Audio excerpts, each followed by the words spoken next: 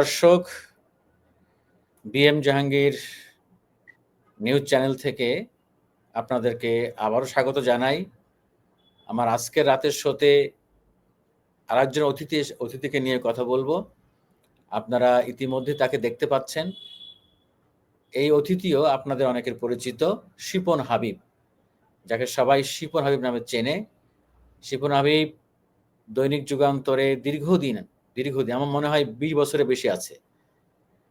তো শিপন হাবিব দৈনিক যুগান্তর তার দীর্ঘ যাত্রা। সে আমার সহকর্মী। শিপন হাবিব অনেকগুলো গুরুত্বপূর্ণ বিটে কাজ করে দীর্ঘদিন থেকে। তার মধ্যে একটি অন্যতম বিট হলো রেল বিট। যারা সাংবাদিকরা বিভিন্ন বিটে কাজ করে তার মধ্যে হলো রেল সেক্টরের যত সংবাদ আছে সেটি সে করে, এবং এই সেক্টরে সে খুবই সুপরিচিত, এবং রেল সেক্টরে তার অনেক সাড়া জাগানো রিপোর্ট আছে। আপনারা অনেকে জানেন। তো সেরকম একটি খুবই সাড়া জাগানো রিপোর্ট শিপন হাবিব করেছে সম্প্রতি। আমি আমি আজকে সেই সাড়া জাগানো রিপোর্টটি নিয়ে আলোচনা করব। ব্যস্ততার আমার খুব ইচ্ছা ছিল যে 16 তারিখ করা, তার রিপোর্টটা প্রকাশিত হয়েছে 16 এপ্রিল। যুগান্তরের এটি পিছনের পৃষ্ঠাতে ব্যাক পেজে লিড হয়েছিল, যদিও রিপোর্টটি আসলে প্রধান শিরোনাম হওয়ারই কথা ছিল আর কি, নানান কারণে হয়নি। যাই হোক, তো অত্যন্ত চাঞ্চল্যকর রিপোর্ট। আমি নিজে রিপোর্টটি পড়েছি। আমার কাছে মনে হয়েছে শিপনের রিপোর্টটি নিয়ে আলোচনা করা দরকার, মানুষকে জানানো দরকার। আমার এই চ্যানেল থেকে যে কজন দেখে বা জানে সেটিও কম হবে না আমি মনে করি। তো শিপন, আপনাকে আমার চ্যানেলে স্বাগত জানাচ্ছি। আপনি কেমন আছেন?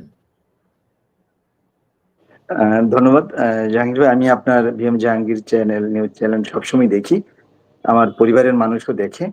আপনাকে অনেক অনেক শুভেচ্ছা এবং শ্রদ্ধা জ্ঞাপন করছি।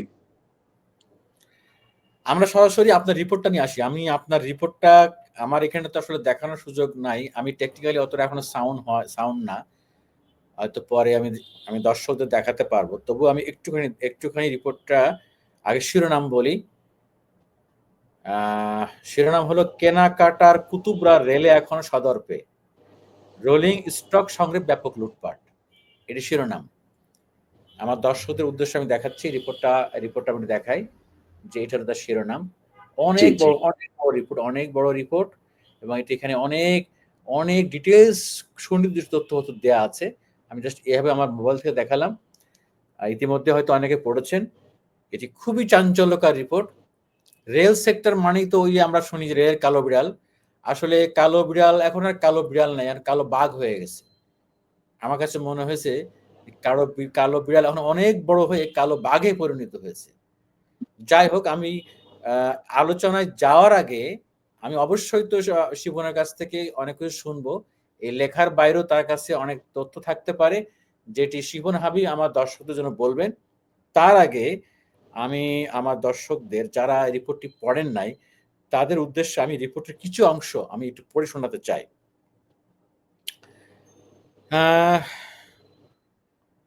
বাংলাদেশ রেলওয়েতে বিগত 15 বছরে রোলিং স্টক, ব্র্যাকেটে যাকে বলে, অনেকগুলো বিষয় নিয়ে বলা হয় রোলিং স্টক।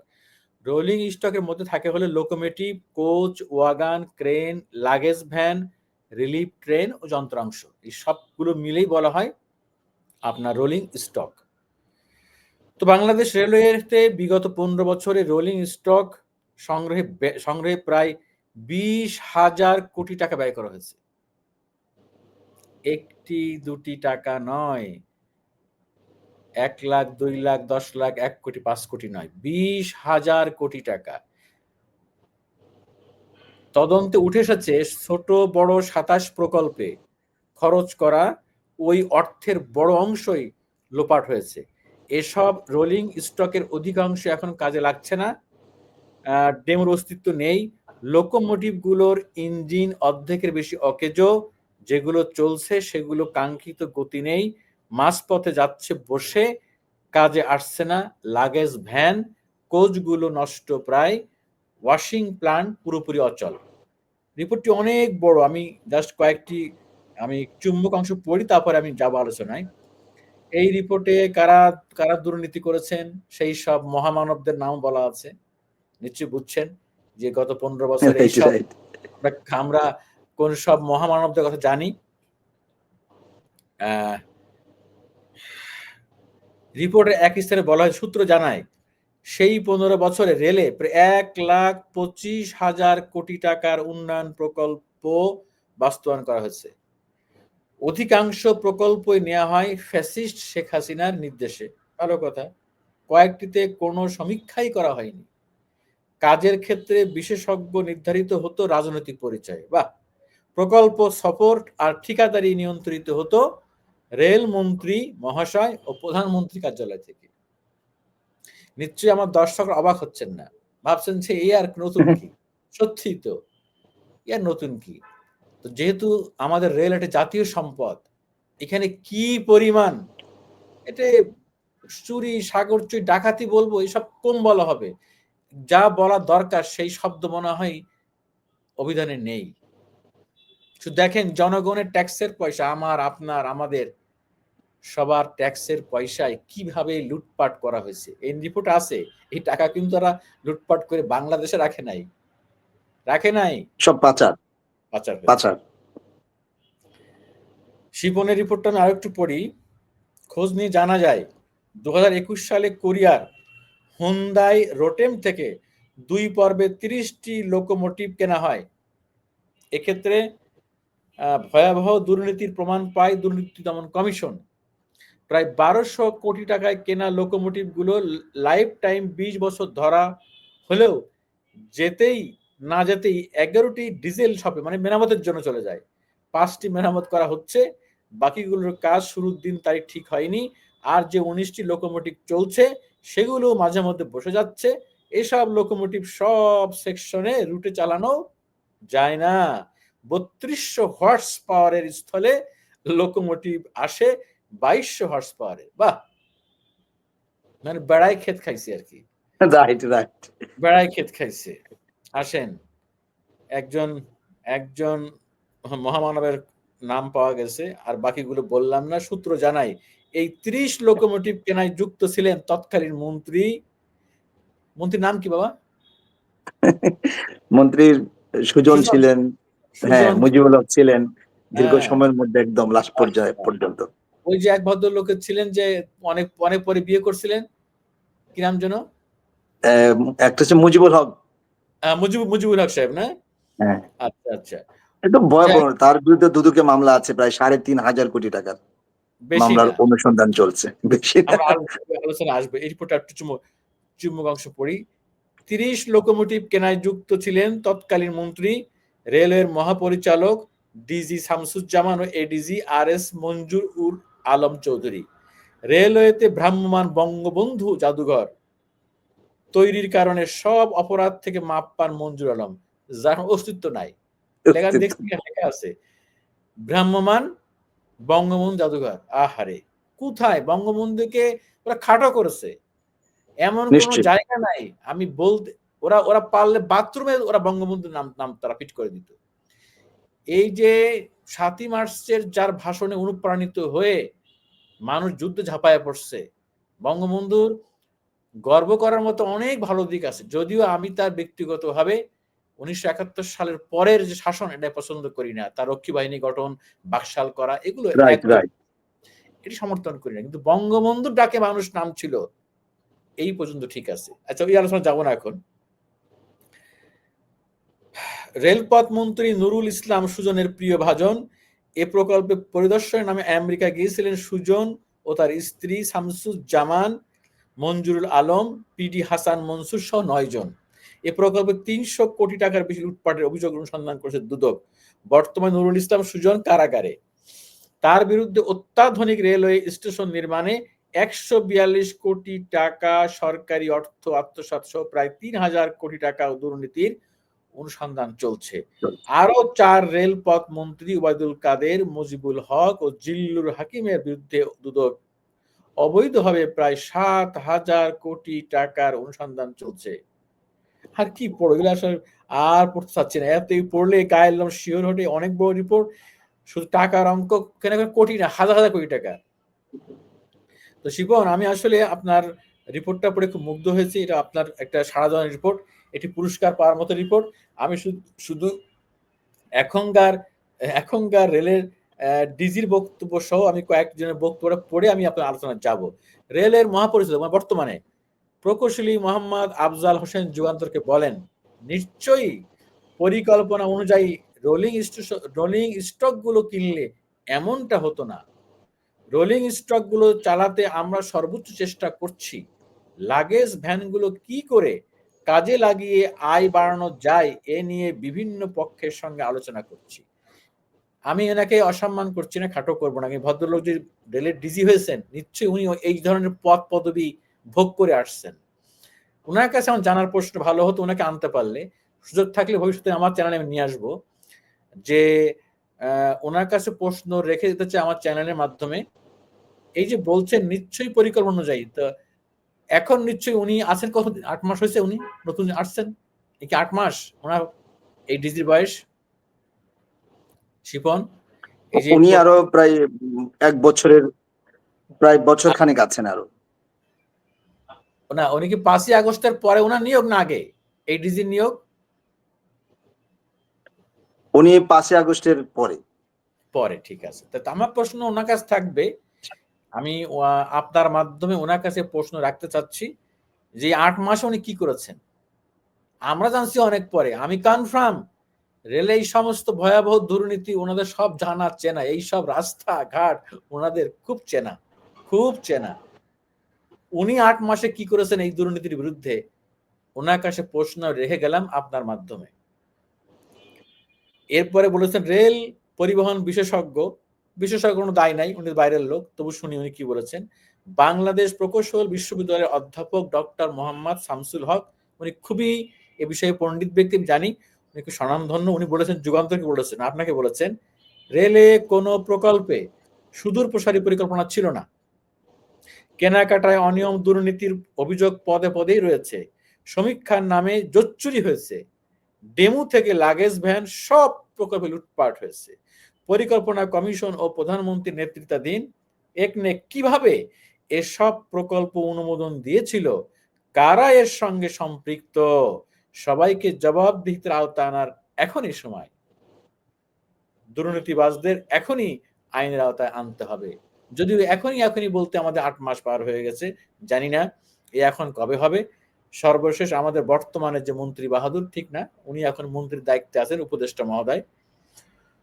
এ বিষয়ে জানতে চাইলে রেলের উপদেষ্টা মোহাম্মদ ফাউজুল কবির খান যুগান্তরকে বলেন, আওয়ামী সরকারের সময়ে রেলে উন্নয়নের পিছনে ছিল লুটপাট। ভালো কথা। সরকার প্রধান ও মন্ত্রী ও প্রকল্পে সম্পৃক্তদের বিরুদ্ধে দুর্নীতির প্রমাণও মিলেছে, দুদক অনুসন্ধানও করছে। রোলিং স্টক কেনায় দুর্নীতিতে সম্পৃক্ত কেউ রেহাই পাবে না। মন্ত্রী আরো বলেন, তদন্ত রিপোর্টও নানা গরমিল থাকছে। কেন যথাযথ পণ্য কেনা হয়নি, কেন ইঞ্জিন কোচ ওয়াগান অকেজো হয়ে পড়েছে, এজন্য সংশ্লিষ্টদের জবাবদিহি করতে হবে। দুর্নীতিবাজদের বিরুদ্ধে অবশ্যই ব্যবস্থা নেওয়া হবে। বিশ্বাস করতে চাই শিপন, এই কথা বলেই শুরু করব। এইসব ভালো ভালো কথা শুনতে শুনতে আমরা অভ্যস্ত হয়ে গেছি। যাই হোক, এখন শিপন আপনার কাছে আমার প্রশ্ন, প্রথম প্রশ্ন হলো, এই যাদের নাম বললেন যে সাবেক প্রধানমন্ত্রীর নির্দেশে হয়েছে, রেলমন্ত্রীরা ভাগাভাগি করেছে, ভালো কথা, কেউ জেলে আছে, কেউ পালাই গেছে ভারতে, কেউ বিদেশে গেছে, কিন্তু আমার কথা হলো এই যেটা চেইন, বাংলাদেশ রেলওয়ের যে কেনাকাটার যে চেইন, সবাই কি পালাই গিয়েছে না কেউ কেউ আছে বাংলাদেশে? ধন্যবাদ আপনাকে। আপনি যথার্থ বলেছেন। আসলে রেলের নিউজগুলো আমি আপনার কাছ থেকেই শেখা। সেই রেল পথ মন্ত্রণালয় যখন হয়েছিল তার জাস্ট 1 বছরের পরেই একজন সচিব ছিলেন, নামটা আমি ভুলে গেছি। সেই সচিবের বিরুদ্ধে আমরা নিউজ করেছিলাম। নিউজের 4 দিন পরেই তার ওএসডি হয়েছে। মানে রেলপথ থেকে তার বিদায় নিয়েছে এবং সেই নিউজ আপনি দেখেছেন। আপনি একদম ইঞ্চি করে আমাকে বুঝিয়ে দিয়েছেন কিভাবে নিউজ করবে। আপনার প্রতি আমি অনেক কৃতজ্ঞতা। আপনি আচ্ছা, বলেছেন যে আমার প্রশ্নের উত্তর আসি। হ্যাঁ, রেলের যে কালো বিড়াল দিয়ে আসলে শুরু হয়েছিল, যিনি বিগত হয়েছেন, মৃত্যুবরণ করেছেন, আল্লাহ যেন তাকে ভালো রাখেন, সেই সুরঞ্জিত সেনগুপ্ত একদম রেলপথ মন্ত্রণালয়ে এসেই কিন্তু সেই অর্থ কেলেঙ্কারির সাথে জড়িত গেছেন। উনি নিশ্চয়ই থাকলে আমি জানি তারও হয়তো ৩,০০০, ৪,০০০, ৫,০০০ কোটি টাকার দুর্নীতির তদন্ত চলতো এবং এগুলো ভেসে উঠতো কঙ্কালের মতন। প্রত্যেকটা মন্ত্রী এখানে সবচেয়ে উদ্বেগের বিষয় যে প্রায় ১.৫ যুগ বা ১৮-১৯ বছর আগে রেলে ৩০০ কোটি টাকা বরাদ্দ ছিল। মানে বার্ষিক যে আমাদের মানে বরাদ্দ বলি আমরা, সেটা রেলমন্ত্রী এবং খুদ শেখ হাসিনার একান্ত ইচ্ছায় সেটাকে ১৮,০০০ কোটি থেকে নিয়ে থামিয়েছেন। এবং কিছু, কিছু প্রকল্প, বিশেষ করে ১০ টি বিশেষ প্রকল্পের মধ্যে রেলের মধ্যে ২ টি বিশেষ প্রকল্প আছে। একটি প্রকল্প বিএনপির আমলে একটা সমীক্ষা হয়েছিল যে ১৫ থেকে ১৮০০ কোটি টাকা লাগবে। সেটা হলো কক্সবাজার থেকে একদম চট্টগ্রাম থেকে কক্সবাজার পর্যন্ত যে লাইনটা। কিন্তু এটাকে বিশেষ প্রকল্প হিসেবে চিহ্নিত করে শেখ হাসিনা সেটাকে ১৮,০০০ কোটি টাকাতে নিয়ে ফেলে দিয়েছে। অনুরূপভাবে যখন পদ্মা সেতু তৈরি হলো, পদ্মা সেতু তৈরির মধ্যে তো আপনারা জানেন প্রচুর টাকার প্রচুর এবড়ো-থেবড়ো কাহিনী আছে। ইতিমধ্যেই পদ্মা সেতুর উপর দিয়ে একদম যশোর পর্যন্ত যেই রেল লাইন করা হয়েছে 177 কিলোমিটার, সেটা ৩৯,০০০ কোটি টাকা প্রকল্প। এইগুলো না, যখন আমি স্যার সাথে আমি কথা দেখলাম বলেছিলাম, যে বিশেষজ্ঞদের সাথে কথা বলছিলাম, তারা বলল যে এই বড় বড় প্রকল্পগুলো খুদ প্রধানমন্ত্রী সমীক্ষা ছাড়া রেলপথ মন্ত্রী, রেলের ডিজি এবং প্রকৌশলী যারা আছে তাদেরকে গাল মন্দ করে দিয়ে সেগুলোকে বাস্তবায়ন করেছেন। এবং তার মাধ্যমে উনার ছোট বোন আছেন, যেটা রেলের অনেক কর্মকর্তারা আমাকে জানিয়েছেন যে উনার বোন আছেন, উনার পরিবারের লোক আছেন বিদেশে। ওই লেনদেনটা যেটা কোট আন্ড কোট সে বিদেশি হতো, বাংলাদেশে শুধু নামকা ওয়াস্তে সেটা চুক্তি সম্পূর্ণ করা হতো। ফলে অনেক পিডির সাথে আমার কথা হয়েছে, পিডি বলেছে যে এইটা যদি সমীক্ষা যথাযথভাবে করা হতো, যে প্রকল্প এখন ১৮,০০০ কোটি টাকা সেটা সর্বোচ্চ ১৫০০ থেকে ২,০০০ কোটি টাকা সম্ভব ছিল। যেটা ৩৯,০০০ কোটি টাকার প্রকল্প সেটা মাত্র ৮ থেকে ১০,০০০ কোটি টাকা দিয়ে করা সম্ভব ছিল। ফলে শুধু বইভিত্তির কারণে রেলওয়ে যারা ছিলেন এডিজি, রেলওয়ে যারা মহাপরিচালক ছিলেন, যারা প্রকৌশলী ছিলেন, যারা চোখ বন্ধ করে সেগুলোকে গ্রহণ করতে বাধ্য হয়েছেন। এই হলো উন্নয়নের দিক দিয়ে সেই লুটপাটের ঘটনাগুলো। এবং দেখেন রেলে কত বড়, এটাও কিন্তু শেখ হাসিনার নির্দেশনায় যে সবচেয়ে দারুণ সর্বগতির একটা ইঞ্জিন আনবো, সেটা আমেরিকান ইঞ্জিন। সেটা ইঞ্জিনগুলোকে ৩২০০ হর্স পাওয়ারের যে ইঞ্জিনগুলো, সেটা ৪২ থেকে ৪৫ কোটি টাকা প্রত্যেকটা একটার দাম ধরা হয়েছে। একই এর চেয়ে ভালো পার্শ্ববর্তী যেই দেশগুলো আছে সেটারও ১৮ থেকে ১৯ কোটি টাকা, অর্থাৎ অর্ধেক চেয়ে বেশি ইঞ্জিন এনে বাংলাদেশে সেগুলো আনার পরই সেটা কি প্রায় ৬ মাস পর্যন্ত সেটা পরে ছিল। ওইখান থেকে লোক এসে নামকা ওয়াস্তে অন্ধকারের মধ্যে সেগুলো একটা রং দিয়ে চালানোর পরে ১ বছর না যেতে যেতে আপনি যে বলেছিলেন যে ১৪ থেকে ১৬টা এখন ওয়ার্কশপে পড়ে আছে মৃত, স্যালাইন দেওয়া হচ্ছে আমার কাছে মনে হচ্ছে। আর যেগুলো চলছে সেগুলো এটাকে বলে ফেলোর, চলতে চলতে হঠাৎ ফেল হয়ে যাচ্ছে। এবং এটার কিন্তু মামলা রয়েছে। এবং এটার যিনি পিডি রয়েছেন নূর মোহাম্মদ, তিনি আমাকে বলেছেন যে উনি এটা গ্রহণ করতে চাননি। তখন ওই পিডি কে গালমন্দ দিয়ে একটা বিশেষ ক্যাডারকে মা বাপ নিয়ে গালাগালি করেছেন তৎকালীন মন্ত্রী, দিয়ে তাকে স্ট্যান্ড রিলিজ করে অন্য জায়গায় বদলি করে হাসান মনসুর, যিনি প্রথম ওই প্রকল্পের পিডি ছিলেন, যিনি আমেরিকা গিয়েছিলেন, তাকে দিয়ে সেগুলো মানে গ্রহণ করা হয়েছে, বাংলাদেশে আনা হয়েছে। তাকে একদম মানে পিস্তল ধরে এরকম একটা বিষয়। সেই দেখেন প্রায় এত কোটি টাকার ইঞ্জিন গুলো বাদ। অনুরূপভাবে শুধু লুটপাটের জন্য ১২০ থেকে ১৪০ কিলোমিটার গতির কোচ কিনা হয়েছে, যেটা প্রায় ৬ থেকে ৭ কোটি টাকা দামে প্রতিটা কোচ। আচ্ছা, সেই আচ্ছা শিবু, কোচগুলো আমি আপনাকে থামাচ্ছি। আমার জি ভাই। প্রশ্নটা ছিল, এগুলো তো আমরা আপনার নিউজে লিখছেন এটা এগুলো শুনতে শুনতে আর পড়তে পড়তে আমরা হয়রান হয়ে গেছি।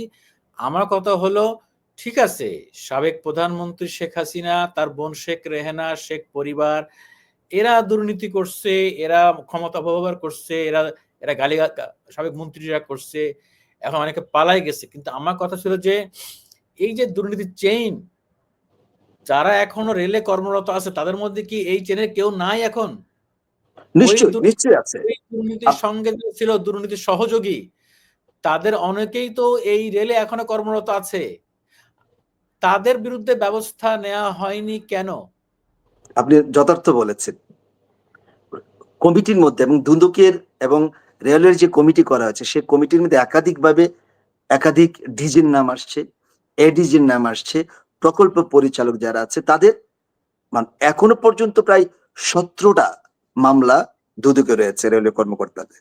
রেলওয়ের এক সাবেক যিনি প্রকৌশলী, বসুন্ধরা এলাকায় বিশাল বড় তার বাড়ি ছিল, তাকে দুদকের শাস্তির আওতায় দিয়ে তার চাকরিচ্যুত হয়েছে এবং অ্যাভেলেবেল হয়েছে। এর আগে একজন জিএম ছিলেন, আপনি জানেন তার। যদি আপনি একটু সুনির্দিষ্ট করে বলেন শিপন, আপনি তো রেল বিটে দীর্ঘদিন রিপোর্টিং করেন, আপনার অনুসন্ধান কি বলে? আপনি যেই রিপোর্টের মধ্যে যেই সব দুর্নীতির কথা বলেছেন, সেখানে তো আসামি শুধু শেখ হাসিনা, শেখ রেহেনা বা এই সাবেক মন্ত্রী এরা না, আমি বলছি সব কর্মকর্তারা দায়ী, জড়িত। তাদের বিরুদ্ধে তো দ্রুত ব্যবস্থা নেওয়া যেত। আপনার তারা কি কর্মরত আছে? না আমরা এখন আছে, রাইট, আপনি পয়েন্ট ধরেছেন। এরা কিন্তু তাদের দূষক, এরা হলো শেখ হাসিনার একদম দূষর ফেসিস্টের অংশ।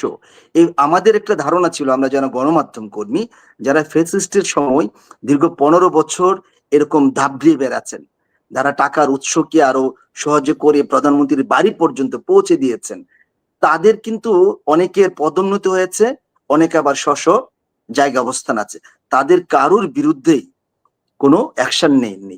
এবং তাহলে রেলের ক্রু যারা বুঝতে পারছি, এইটাই আমি বলছি যে যারা পালাতে পারে নাই, এই যে মাফিয়ারা ধরলাম যে, ধরে নিলাম যে 1,25,000 কোটি টাকা হাজার কোটি টাকার, হয়েছে, 50,000 কোটি টাকা, কিন্তু এই টাকার ভাগ তো এরাও পাইছে। এখন নিশ্চয়ই এই সরকারের আমলে আমি সন্দেহাতীত মনে করতে পারি, বলতে পারি যে এই সব দুর্বৃত্তরা সাইনবোর্ড পাল্টিয়ে তারা এখন এই পন্থী সেজে অনেকে রাইট রাতারাতি রাইট রাইট পন্থী হয়ে গেছে, আমি নিশ্চিত। কারণ এদের রাইট কাছে অনেক টাকা পয়সা আছে। এরা এখন মোটামুটি আমার ধারণা অনেকে প্রাইস পোস্টিংও পেয়ে গেছে। রাইট এরকম রাইট আছে? ইয়েস।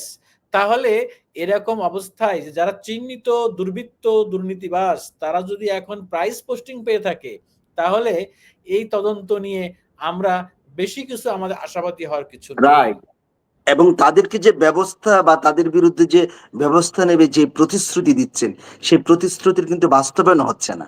কারণ আমি মাননীয় উপদেষ্টা মহোদয়ের সাথে একাধিকবার আলোচনা করেছেন, উনি বলেছেন যে দুদকে সেগুলো চলমান আছে, সেগুলোর অনুসন্ধান চলছে।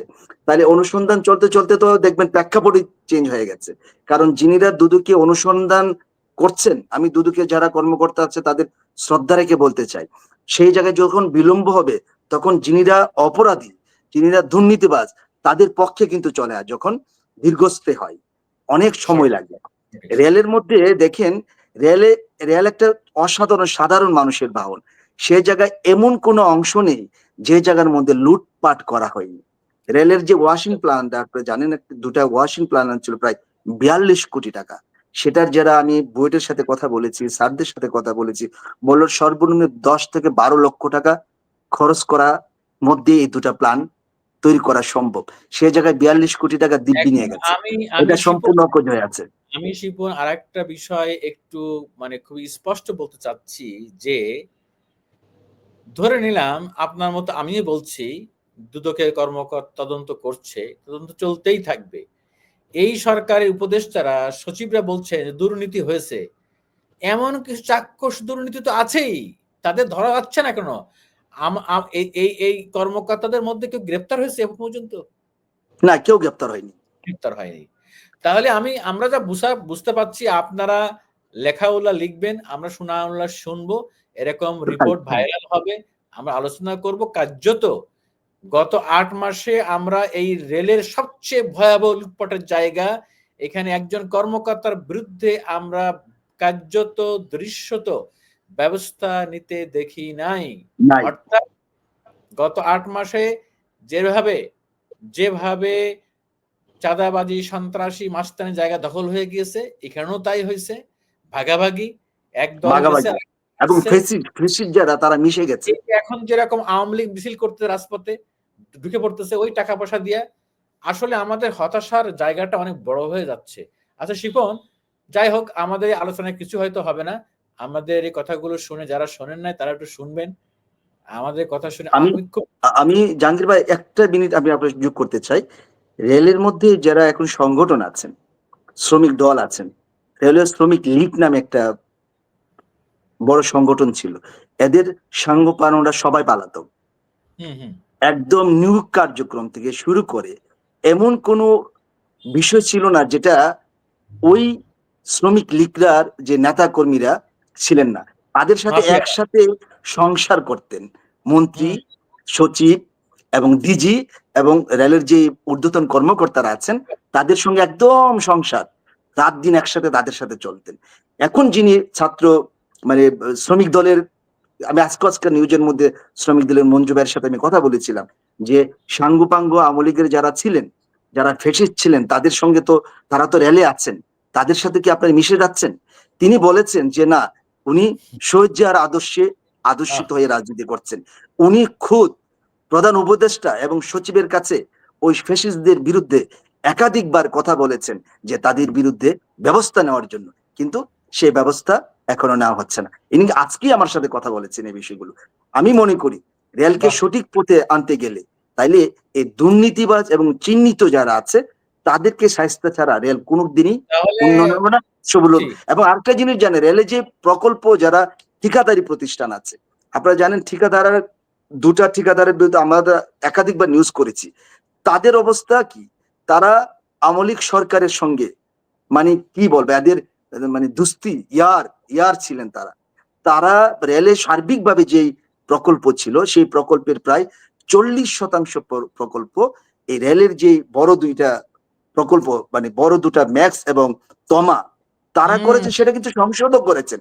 এবং সংসদের আমলের খুদ ফেসিদের যারা কিছু কিছু অল্প বয়সী এমপি মন্ত্রী ছিলেন, তারা সংসদে গলা ফাটে ফাটে বলেছেন যে তারা কেন এককভাবে এত প্রকল্প নেবেন। কিন্তু সেই জায়গায় যখন শেখ হাসিনা চোখ রাঙিয়ে কথা বলেছেন, ওইসব এমপি মন্ত্রীরা চুপ আমি হয়ে গেছেন। জানতে চাচ্ছি যে এই যে বললেন যে তমা এবং ম্যাক্স এদের কোনো শাস্তি হয়েছে? আমার না, তো মনে হয়নি। এরা আবার মনে হয় এই সেই একই জায়গায় একই আস্তানায় পাওয়ারফুল হয়ে গিয়েছে। রাইট যাই হোক রাইট আমরা প্রায় ২৮ মিনিট হয়ে গেছে। দর্শকদের ধৈর্যচ্যুতি ঘটাবো না। আমি শেষে একটা বিষয় আলোচনা করেই আজকের এই আলোচনা শেষ করতে চাই। সেটি হলো এতক্ষণ তো আমরা এই রেলের কর্মকর্তা, ঠিকাদার, সিবিএ এদের অনিয়ম দুর্নীতি নিয়ে কথা বললাম এবং আমাদের যারা আওয়ামী লীগের যারা ছিলেন মন্ত্রী, এমপি এবং আমাদের সেই শেখ হাসিনা সংসদীয় কমিটি, সংসদীয় সংসদ কমিটির সবাই ব্যবসা সবাইকে করতেন। নিয়ে শিপন, আমার কাছে দীর্ঘদিন থেকে অভিযোগ আছে যারা রেল বিট কাভার করেন সাংবাদিকরা, গণমাধ্যম কর্মীরা, তারাও নাকি এই রেলের বিভিন্ন ব্যবসা বাণিজ্য এইসব ভাগের সঙ্গে জড়িত। আমি গত সপ্তাহে রেলের বর্তমান উপদেষ্টাকে সম্ভবত ঢাকার বাইরে একটি অনুষ্ঠানে এই ধরনের কথা বলতে চট্টগ্রামে শুনি। চট্টগ্রামে উনি বলেছেন। উনাকে ধন্যবাদ জানাই যে উনি এই সাহসী উচ্চারণটা করেছেন। শিপন, আপনি দীর্ঘদিন রেলবিটে আছেন। আপনি নিশ্চয়ই জানেন। আমি জানতে চাই যে গণমাধ্যমের একটি অংশ কারা রেলে কি ধরনের সুবিধা বাণিজ্য করে, নিয়োগ বাণিজ্য করে, ব্যবসা করে কিভাবে, তারা কারা, তাদের মুখোশ কি উন্মোচন হয়েছে কিনা? আপনি যথার্থ বলেছেন। অনেক মানে মিডিয়া কর্মীরা আছেন যারা সাব তৃতীয় বা চতুর্থ পর্যায়ে যেসব প্রকল্প আছে সেই প্রকল্পের বালু অনেক অভিযোগ আছে, আমার কাছে ওই অভিযোগগুলো আসছে। বালু সাপ্লাই থেকে ধরে ইট সাপ্লাই থেকে ধরে বিভিন্ন ওই ছোট ছোট যেই সেতু থাকে, সেতু ওই এলাকার মধ্যে সেতুটা তুলে দেওয়া, ওই সেতুটা গঠন করে দেওয়া, নির্মাণ করে দেওয়া বড় বড় ঠিকাদার যেগুলো আছে তাদের সাথে কাজ করছেন। এবং শুধু রেল বিট না, রেলের বিটের বাইরে যারা বড় বড় সাংবাদিক আছেন তাদের নামে এমন একটা অভিযোগ আছে। এবং এটা কিন্তু বর্তমান উপদেষ্টা যিনি এই প্রথম বলেছেন। আগের যেই মন্ত্রীগুলো ছিল, আগের রেলের যারা সচিব ছিল, তারা কিন্তু এটা মুখ ফুলে বা সাহস করে বলতে পারতেন না। কারণ ওইসব সাংবাদিকরা আবার প্রধানমন্ত্রী যিনি আছেন তার সঙ্গে বিভিন্ন সময় সফরে যেতেন, তার সঙ্গে ইষ্টে পিষ্টে লেগে ছবি তুলতেন। ওইসব মানুষগুলো আমি নিজেও দেখেছি। ওইসব মানুষগুলো রেলপথ মন্ত্রী, রেলপথ সচিবের সঙ্গে আসতেন, যারা একটা উঁচু উঁচু বলা যায়, সরাসরি যে রেলবিট করছে তা না, তাদের উপরে যারা নিয়ন্ত্রণ করেন ওইসব বুঝতে সাংবাদিকদেরকে আমি পারছি যে আমি অ্যাভেলেবেল দেখেছি। শুনেছি যে তারা রেলে একটি বড় আছে পাথর সাপ্লাই। রাইট, রাইট, দীর্ঘদিন থেকে রাইট। নাকি আমাদের সাংবাদিকদের মধ্যে মাফিয়া চক্র, ঠিকই চক্র, বলেছেন রাইট, যে তারা তাদের হাউজের সাংবাদিকদেরকে পাঠিয়ে বিটে যে সাংবাদিক রাইট, তার সুপিরিয়র বস, খুব অর্থাৎ রাইট, রাইট। ওই টিভি স্টেশন কিংবা ওই পত্রিকা স্টেশনের হেড, তার ব্যবসা, তারা তার লিয়াজু করছেন। হ্যাঁ, তারা ইভেন মন্ত্রীর সাথে যেমন লিয়াজু করছেন, সচিবের সাথে ঠিকাদারি। করছেন, ডিজির সঙ্গে করছেন, এবং ঠিকাদার প্রতিষ্ঠান যারা আছে তাদের সঙ্গে করছেন। এবং তাহলে ঠিকাদার প্রতিষ্ঠানরা যারা মাঠ পর্যায়ে কাজ করছেন তাদেরকে ওইসব সাংবাদিকদের যে লিডাররা আছে ওইখানে ফোন করে তাদেরকে চাপ প্রয়োগ করে যে তুমি আমাকে সাব কন্ট্যাক্ট দাও, আমাকে এই মালামাল তোমার ওই প্রকল্পের এই সাইডে মাটি মাটি পর্যন্ত ব্যবস্থা, মাটি আছে না সাইডে, সেগুলোর পর্যন্ত তারা কাজ নিচ্ছেন। যাই হোক শিপন, আপনার কাছে অনেক তথ্য আছে এ বিষয়ে। তো আমি মনে করি যে আপনার কাছে এটা বলতে একটি প্রশ্ন রেখে শেষ করতে চাই, সেটি হলো এই যে আমরা রেলের যে একটা চক্র, দুর্নীতির চক্র, সেই চক্রের মধ্যে গণমাধ্যম কর্মীরাও যুক্ত। তাহলে রেলের ওভারঅল দুর্নীতির জন্য আমরা গণমাধ্যম কর্মীদেরকেও কিন্তু দায় মুক্তি দিতে পারি না।